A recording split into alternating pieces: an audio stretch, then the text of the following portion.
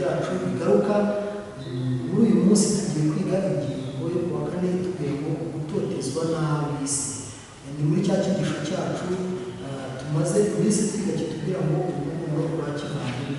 Reka nakire bene data babasubize kandi babibwire yewe amazina yanjye yitwa Ugize Jean Pierre. Reka mbakire bene data kugira ngo babibwire maze dukomeze n'ingingo yacu nanjye nitwa Aimable Nshimiyimana. Murakoze cyane, nanjye Nsabimana Jean Paul. Murakoze cyane. Ingingo yacu uyu munsi batubwira ngo gutotezwa n'ab'isi. Ariko reka tubanze dusabe impamvu twibutse iz'ejo maze dukomeze n'ingingo yacu uyu munsi. Murakoze cyane. Ejo hashize twabonye ingingo ya gatatu ivuga ngo izina ridasanzwe. Hano izina ridasanzwe twabonye uburyo Kristo Yesu yise abigishwa be inshuti ze. Ati muri inshuti zanjye ni gukora iby'amategeko. Natwe rero kuri ubu ngubu muri iki gihe ndetse uyu munsi igihe dukoze ishima n'Imana tukagendera mu mucyo Imana yatanze mu ijambo ryayo reka twitwa inshuti za Yesu. Murakoze cyane. Reka twumve mu ngingo yacu uyu munsi tugira ngo gutotezwa n'ab'isi. Twumve ikibazo cya mbere kitubaza ngo mbese ni iki ab'isi bakorera inshuti za Kristo. Muri Yohana 15:18-19 dusabe impamvu adusomere. Icyo bose bakorera abayoboke ba Kristo barabana. Muri Yohana 15:18 haranditse ngo ab'isi ntibabana mumenye yuko nanjye babanje kunyanga batarabana. 19 iyo muba ab'isi ab'isi babakunze, ariko ko mutari ab'isi ahubwo nabatoranyije mu b'isi nicyo gituma ab'isi babana. Murakoze cyane. Hano Yesu abwira abigishwa bati n'ibyo ab'isi barabana kandi babanje kugeza gute kunyanga. Muri iki gihe bimeze bite? Ese ibi bisobanutse bite? Reka twakire Nsabimana nk'umwanya kugira ngo agire icyo atubwira. Murakoze cyane. Tubonye hano ko turamutse turi abayoboke ba Kristo nyakuri, ab'isi bazaduhemba no gutwara. Ariko n'abavuga ngo iyo abantu bahurije hamwe batabitewe n'inyungu runaka cyangwa ko babitewe ahubwo babitewe n'urukundo, baba bagaragaje gukora kw'imbaraga isumba ubushobozi bwa kimuntu. Bivuze ngo cya kintu bavugaga ko nyine batambuka. Ubundi mu busanzwe abantu muri kamere yacu duhuzwa n'inyungu dufitanye n'ayo masano. Ikintu umutezeho ni iyo mutezeho, ariko iyo duhujwe noneho n'ikindi kintu kitari iki, bivuze ngo duhujwe n'urukundo rwa Kristo, icyo kintu cyo kiri yaba ari inzaduka. Ari nacyo Kristo yavuga. Ahantu guhuriza hamwe kugaragaye ni igihamya ko ishusho y'Imana iba yerekaniwe mu bantu, kandi ko ihame rishya rihesha ubugingo byageze kugera byashimiriza abo bantu. Icyo ni igihamya. Ibyo bigaragaza ko hari imbaraga muri kamere y'Imana ituma dushobora gutsinda abamarayika ba Satani, kandi ko ubuntu bw'Imana bukuraho kwikanyiza gusanzwe mu mutima w'umuntu. Uru rukundo ruramutse rugaragajwe mu itorero nta kabuza bizaragaza Satani. Mbakomeje kano Kristo ntiyigeze ashakira abigishwa be inzira yoroshye. Aya magambo tubona muri Efeso 6:6-7.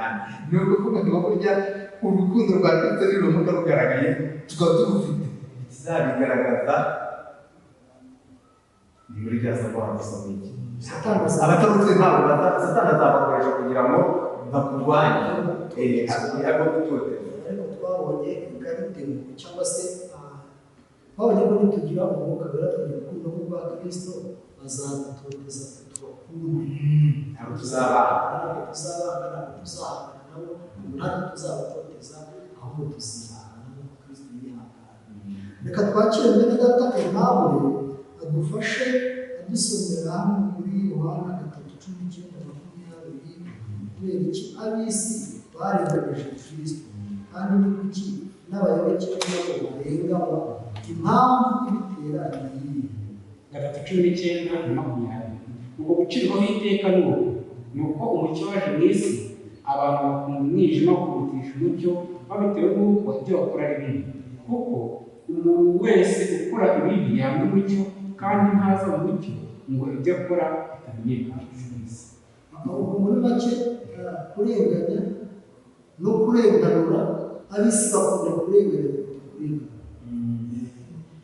Niyo mpamvu nta kintu kibateye, si ikindi kindi ahubwo ni uko bahisemo umucyo n'umwijima kurutisha umwijima bagendamo rero ubategeka gukora ibyo umwijima kuko buriya ibyigisho by'ingiga cyane cyane ibyigisho by'ikigo cyose twize birimo ibintu byinshi. Buriya kuri ko urahari niba wenda iki gitabo ari umweru cyangwa se cy'ubururu birimo n'ibindi, ariko ubibasha kuba nta kintu uri kubona. Rero isi yuzuye ukuri, ibintu byose bihari bigaragaza ukuri, ariko iyo urebye ubona abantu bashaka ikibazo rero si bo ahubwo bagenda ari nicyo kigaragara kubera ko ari umwijima. Hari abakiri ijambo agira icyo atubwiye kuri cyangwa se kuri abantu baba bafite gutuma bajya kurenganya bagenzi babo. Aribo Jean Paul. Murakoze cyane. Icyo nakunganira kuri iyi ngingo tumaze kurebaho, hano hari amagambo atweretse ko hagati yo gukiranuka n'icyaha, hagati y'urukundo n'urwango, no hagati y'ukuri n'ibinyoma, tubona ko hari intambara idahwema. Bityo rero hano hepfo hari amagambo nanone aboneka mu bihamya by'itorero volume ya 2 page 491, hatwereka ko ukuri kw'Imana ntikwigeze gukundwa na benshi mu isi. Buri gihe umutima wa kamere wanga ukuri. Ahangaha ntago buri gihe cyose ukuri ntago kujya kwishimirwa. Hepfo nanone akavuga ngo akomeza yerekana ko ku minwa y'umwigisha wavuye mu ijuru, igihe yagendaga hagati mu bana b'abantu, humvikanye aya magambo ngo umuntu nashaka kuba umwigishwa wanjye yikorera umusaraba we ankurikire. Yego, kurikira uwatubereyeho urugero, utubereye urugero. Hano no hakerekana ko mbese yigeze yishakira gushimwa, hatwereka ko atigeze rwose yishakira gushimwa. None ibyo bikatwereka ko ngo abadakunda Imana ntibazakunda abana b'Imana. Noneho akavuga ngo tega amatwi amagambo yo mu nyigisho mvajuru, muzabona ishyano abantu bose niba bavuga neza.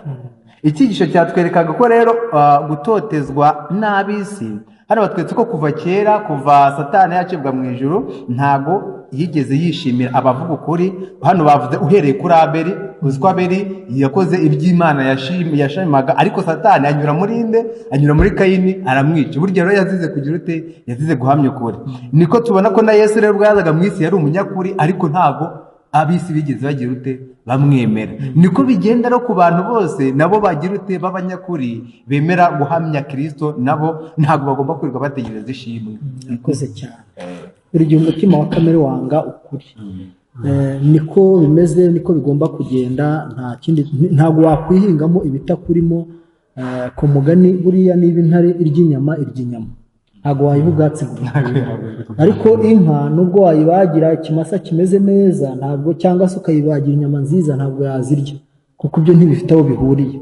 Kamere rero y'isi cyangwa se umutima wa kamere ntabwo ujya ukunda ukuri. Ariko nimureke twakire Kristo, cyangwa se tujye dusenga dusaba umwuka wera kugira ngo twakire Kristo, bizatubashisha gukunda ukuri. Turi gusoza iyi ngingo rero, tuyigeze ku musozo, gutotezwa n'ab'isi. Reka dushimire abo twabanye muri studio, ariko namwe tubashimire uburyo dufasha mu byigisho byacu umunsi ku wundi, kandi tubasabe kugira ngo mujye muba hafi, mukomeze kutugaburira. Ariko abo tubana nanone twe kuzaba nka babandi kwa ngo ujye uduhora uduha umutsima iteka, ni umutsima bigaragara bakaga, ariko uyu wo dukwiye guhora tusaba kugira ngo twungure ubumenyi budukuze mu byo kwizera. Imana rero ibaho umugisha mu izina rya Yesu. Amen.